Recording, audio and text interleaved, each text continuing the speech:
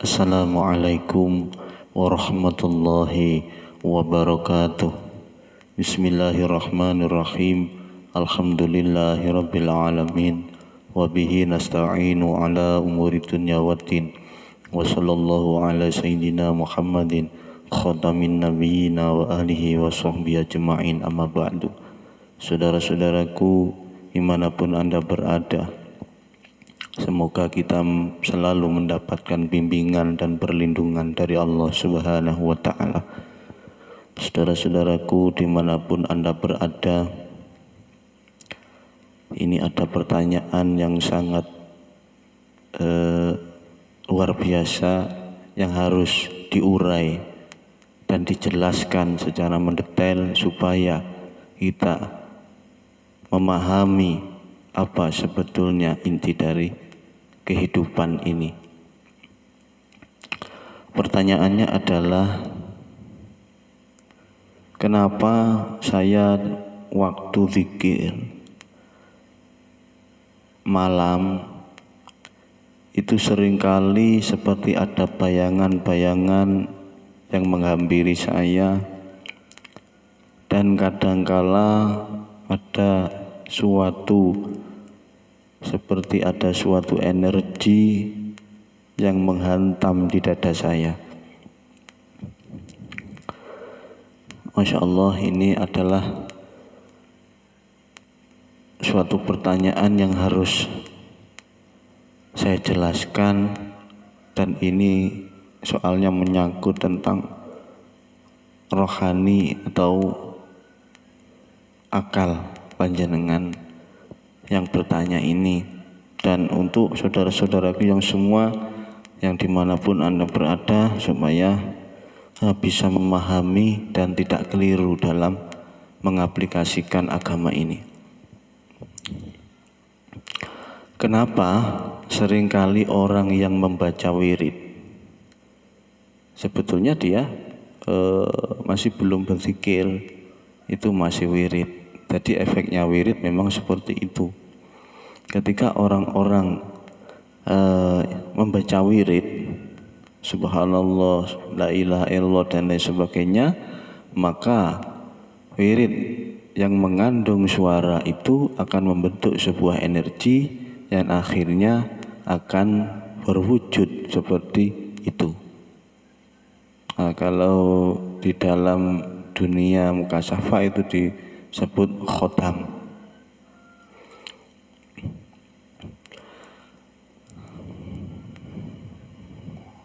Makanya ini sangat penting sekali untuk saya jelaskan kenapa seperti itu dan seharusnya bagaimana. Allah sudah memerintahkan sebetulnya kepada kita banyak sekali ayat-ayat yang menjelaskan. Contohnya, fadzukuruni adzkurkum, maka ingatlah kalian kepadaku, maka aku pun akan mengingat kalian. Mengingat ini adalah rasa hati, bukan bacaan ini. Bacaan ini adalah tangga untuk mencapai rasa itu. Yang dimaksud sudah saya jelaskan kemarin, zikir 1, 2, 3, 4. Tahapan zikir ini harus panjenengan pelajari dulu apa maksudnya, efeknya bagaimana, dan arahnya nanti kemana. Makanya inilah pentingnya seorang mursyid atau guru pembimbing, supaya kita tidak terjadi hal-hal yang tidak diinginkan. Kalau panjenengan itu hanya berwirid saja, maka sudah pasti keramat akan datang kepada panjenengan. Karena efek dari wirid itu adalah kesaktian. Dan itu tidak asing lagi kepada orang-orang yang menjalani zikir. Memang seperti itu. Akan tetapi kita harus paham tahapan keempat zikir ini, supaya kita tidak mengalami hal-hal yang tidak diinginkan. Makanya ketika kita hanya berzikir lesan dan suara hati saja, tidak disertai dengan zikir sirul asror yang ketiga, zikir rasa yang sudah saya jelaskan kemarin, maka efeknya akan seperti itu. Dan bahkan seringkali orang-orang yang memperbanyak wirid seperti itu, ada kalanya saraf pikirannya tidak kuat dan akhirnya sampai terjadi gila, stres dan lain sebagainya. Itulah efek yang ditimbulkan dari zikir 1 dan 2 ini.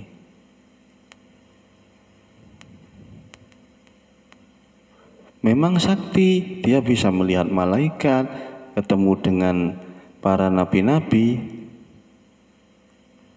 bahkan ditunjukkan oleh Allah wujudnya surga dan neraka secara mukasyafah. Tapi dia masih belum ketemu Allah. Dia masih berputar-putar di makhluk Allah. Jadi yang dia ingat bukan Allah. Yang dia temui hanya makhluk-makhluknya Allah. Ini harus paham, harus ada guru pembimbing yang bisa menjabarkan semua ini. Dan seringkali apa yang sudah menjadi pengalaman saya, banyak orang-orang yang kemasukan jin dan lain sebagainya. Itu adalah efek dari wiridnya panjenengan sendiri, karena panjenengan tidak berzikir kepada Allah. Memang seolah-olah dengan mendengar sebutan la ilaha illallah, subhanallah, kita berzikir, akan tetapi zikir sesungguhnya adalah menghadapnya hati, rasa hati kepada Allah Subhanahu wa ta'ala, bukan wirid. Wirid itu hanya lompatan, hanya tangga untuk mencapai zikir rasa itu. Makanya sebelum berzikir, pelajarilah ilmunya dulu. Berzikir itu seperti apa sehingga bisa mencapai kewusulan kepada Allah Subhanahu wa ta'ala. Ini yang sering terjadi di kalangan masyarakat yang tidak paham. Ini sangat diprihatinkan sekali.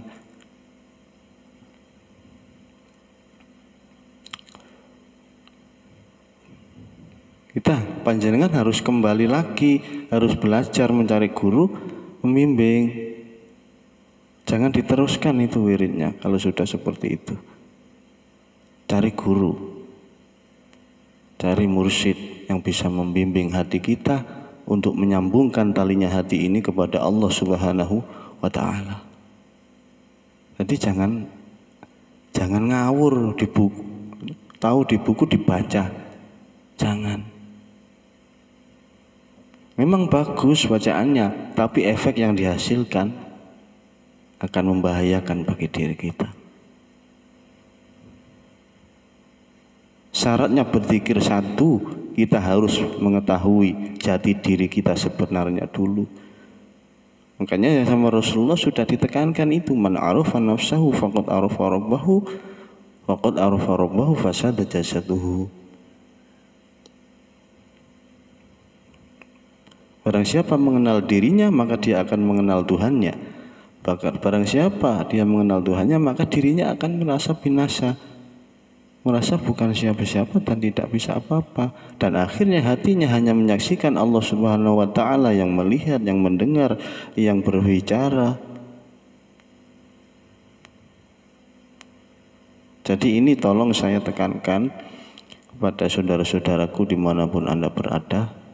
Carilah guru pembimbing yang bisa menyambungkan tali hati kita kepada Allah Subhanahu wa ta'ala.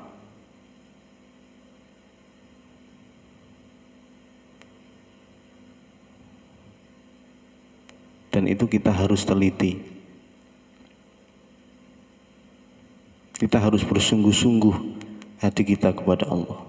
Dan siapa yang bersungguh-sungguh menuju kepada Allah, maka akan aku tunjukkan jalan untuk menuju Allah. Itu di surah Al-Baqarah dijelaskan oleh Allah.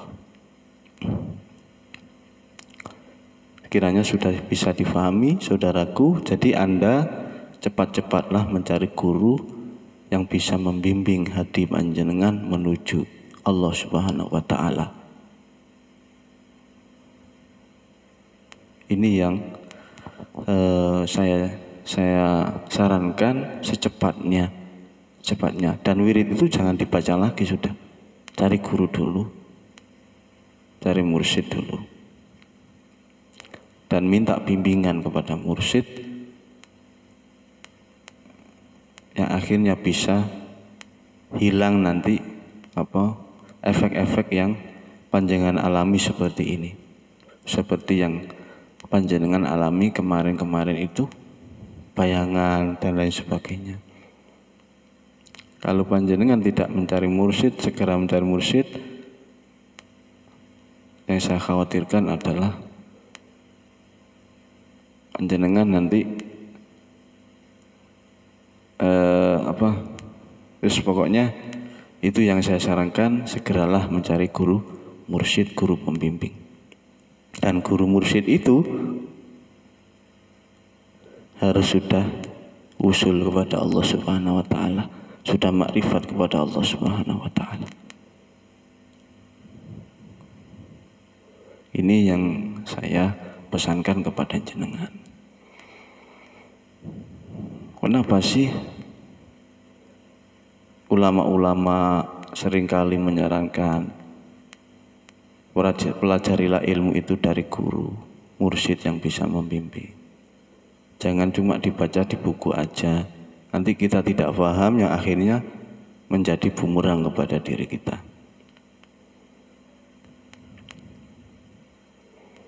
Sekiranya sudah bisa difahami saudaraku, ini sebetulnya masalah yang sangat serius. Masalah yang sangat serius bagi panjenengan, harus segera mencari guru akhirat, guru yang bisa membimbing hati kita menuju kewusulan kepada Allah Subhanahu wa Ta'ala. Jadi niatnya hati kita untuk mempelajari ilmu itu untuk mengenal Allah, untuk mencari hakikat sebenarnya kehidupan ini bagaimana sih, dan Tuhan itu siapa sih sebenarnya. Kok ada matahari, ada langit ini? Nah, seharusnya kita menuju kepada Allah.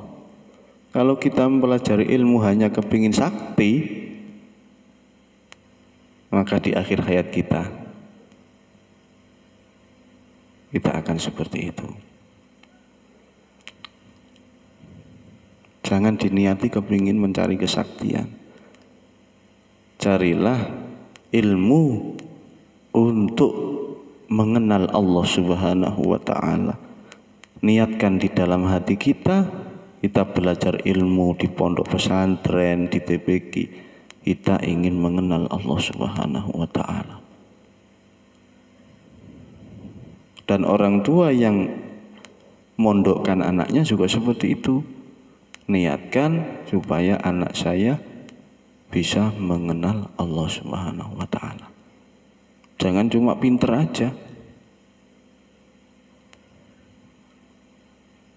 mondokkan pinter aja, menghafal Quran dan lain sebagainya.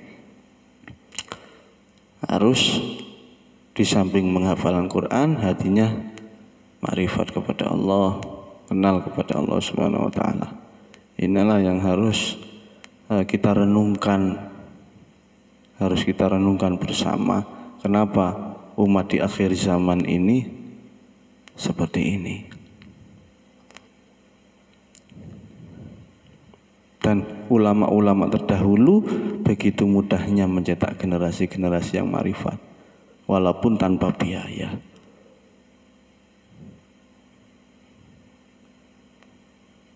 Dan seringkali orang datang sama saya mau mondokkan anaknya itu tidak jadi karena biayanya terlalu mahal katanya. Nah itu bagaimana? Ya sudah, cari pondok-pondok yang gratis saja. Yang penting bisa membimbing hati anak-anak panjenengan itu menuju Allah Subhanahu wa Ta'ala. Saya sarankan seperti itu. Yang namanya orang tuanya kuli, tidak bisa membiayai anaknya di pondok karena biayanya terlalu mahal. Saya tanya berapa biayanya, baru masuk 3,5 juta. Terus setiap bulannya ada sewa kamar 500.000 dan uang makan 500.000. 1 juta, belum masih kalau sekolah, belum biaya sekolah. Jadi 1 bulan itu kurang lebih 1.500.000 dia harus mengirim anaknya di pondok, sedangkan dia pekerjaannya kuli. Paling dia hasil 1 bulan 600.000. Lah yang 1 juta dapat dari mana dia? Yang akhirnya seringkali saya kedatangan orang itu kadangkala dia hutang buat ngirim anaknya di pondok karena biaya pondok yang mahal. Kalau orang tua mengirim buat makan aja saya rasa masih bisa, tapi kalau harus bayar kamar, bayar iuran apa, iuran itu ya dia keberatan. Yang kesannya nanti bahwasanya orang yang mampu-mampu saja yang bisa ke pesantren, orang yang miskin sekali tidak bisa ke pesantren. Inilah yang sangat disayangkan pada akhir zaman ini. Mungkin Allah sudah menunjukkan kekuasaannya, menunjukkan ayat-ayatnya pada akhir zaman ini seperti itu. Jadi kembali lagi ke pembahasan, jenengan harus cari mursyid, guru untuk membimbing, untuk membenarkan dzikir sampean itu, supaya tidak gagal paham yang nantinya ini berbahaya kepada saraf akalnya panjenengan. Seringkali saya temui orang-orang yang hanya berzikir 1 dan 2 ini ada kalanya yang stres, yang kemasukan jin dan lain sebagainya, karena dia masih belum memahami hakikat dzikir sebenarnya. Ini yang saya pesankan. Sekiranya ini yang dapat saya sampaikan, saudara-saudaraku. Mohon maaf atas segala kekurangan saya. Apabila ada kata-kata saya yang kurang berkenan di hati, saya hanya menyampaikan keluhan dari umat. Saya akhiri, ihdinas siratal mustaqim. Assalamualaikum warahmatullahi wabarakatuh.